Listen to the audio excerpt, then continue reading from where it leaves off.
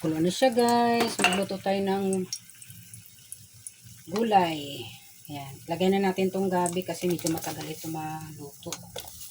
Tapos sabay na rin natin ang luya. Tsaka yung kamatis. Ayan.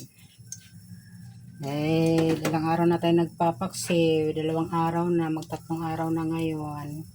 So magulay naman tayo. Tapos yung paksiw natin guys ay piprituhin natin.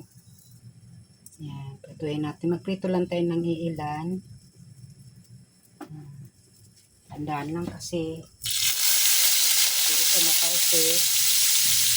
Ito yung isasahid natin sa ating gulay. Sarap ko guys. Pakso tapos prituhin. Malasa na siya ng gusto. Okay. Pakso man. Lahatin ko na lang ito. 4 na piraso na lang pala ito. Ayan. Ayan natin. Yung sabaw, masarap ng sabaw pag sabaw sa kanin. Pakso. Ayan. Prituhin natin guys. Yan ang ating isasahog sa ating gulay. Karin na natin. Luto na lang kabila. Aluto naman to guys. Pero siyempre, kailangan natin ipasta. Para mag-down naman siya ang konti. Para bago isahog natin sa ating gulay. Kaya magbaliktad. Sige, ganyan ka na lang. Ay, lambot na yung ating kamatis. Yan na ito kamatis guys. Medyo durugin natin. Para mas masarap. Mamumula yung ating sabaw.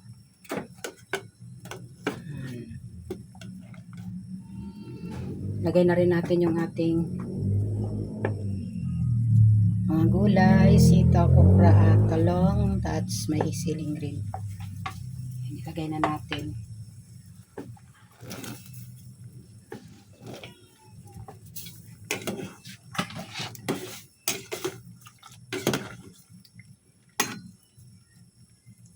Yan. Palambutin natin ang ating mga gulay. Sunod naman natin mamaya ang ating malunggay.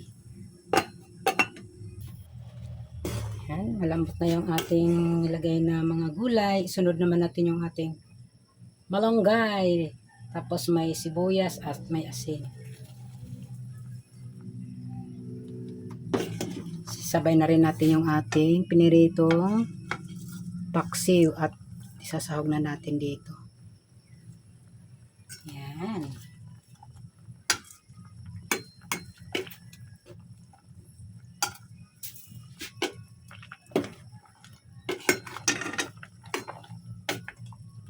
Yung gulay natin guys.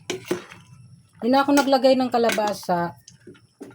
Sabi nila, bawal daw sa may rayuma ang kalabasa. Totoo ba yun? Hindi na ako naglagay guys. Kaya baka masisi pa ako.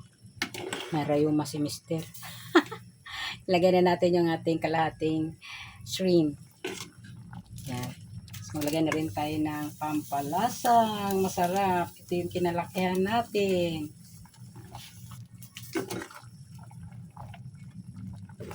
Kunti lang yung guys ha. Pinapashower ko lang para kunyari marami. Char. Yan. Ating kulo-kulo lang. Luto na siya. Huwag natin siyang takpan. Para maganda yung result ng ating malunggay. Nakikita natin siyang luto na. O diba? Sarap. Natin. Para masabi nating masarap yung ating niluto.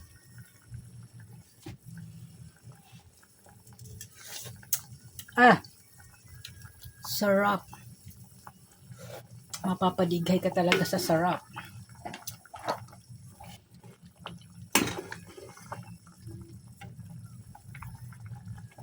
Ayan na to. Thank you for watching guys. Maraming salamat sa inyong panonood.